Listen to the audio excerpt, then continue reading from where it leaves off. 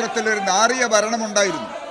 2011 മുതൽ 16 വരെയുള്ള ഭരണം നാറിയ ഭരണമെന്ന് കേരളീയർ മുഴുവനും അംഗീകരിച്ചാണ്. കേരള നിയമസഭയുടെ രേഖകൾ പരിശോധിച്ചു കഴിഞ്ഞാൽ ആ നാറിയ ഭരണത്തിൻ്റെ തുടർക്കഥകൾ നമുക്ക് കാണാൻ കഴിയും. ആ നാറിയ ഭരണം വീണ്ടും കൊണ്ടുവരാൻ ശ്രമിച്ചു കഴിഞ്ഞാൽ കേരളത്തിലെ ജനങ്ങൾ ഒരിക്കലും അംഗീകരിക്കില്ല, അതിൽ യാതൊരു സംശയവുമില്ല. നടുത്തളത്തിലിറങ്ങി എന്തെല്ലാം കോപ്രായങ്ങൾ നിങ്ങൾ കാണിച്ചാലും ഇതൊന്നും കേരളത്തിലെ ജനങ്ങൾ അംഗീകരിക്കാൻ പോകുന്നില്ല.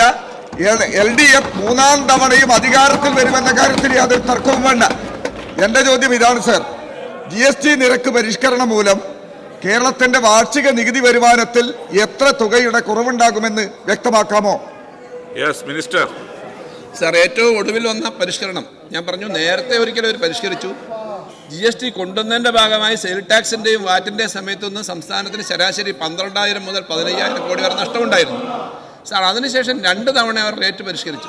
ഏറ്റവും കൂടുതൽ റേറ്റ് പരിഷ്കരണം വഴി ശരാശരി ഒരു വർഷം 8,000 കോടിയുടെ നഷ്ടം കേരളത്തിനുണ്ടാവുമെന്നാണ് സാർ കണക്കാക്കിയിരിക്കുന്നത്. 8,000 കോടിയുടെ കണക്കാണ് നമ്മൾ ഗിഫ്റ്റ് ഉൾപ്പെടെയുള്ള ഏജൻസികൾ സ്റ്റഡി നടത്തിയിട്ട് പറഞ്ഞേക്കുന്നത്. ആ നഷ്ടം വരുന്നത് നമ്മളെ നല്ലപോലെ ബാധിക്കും സാർ.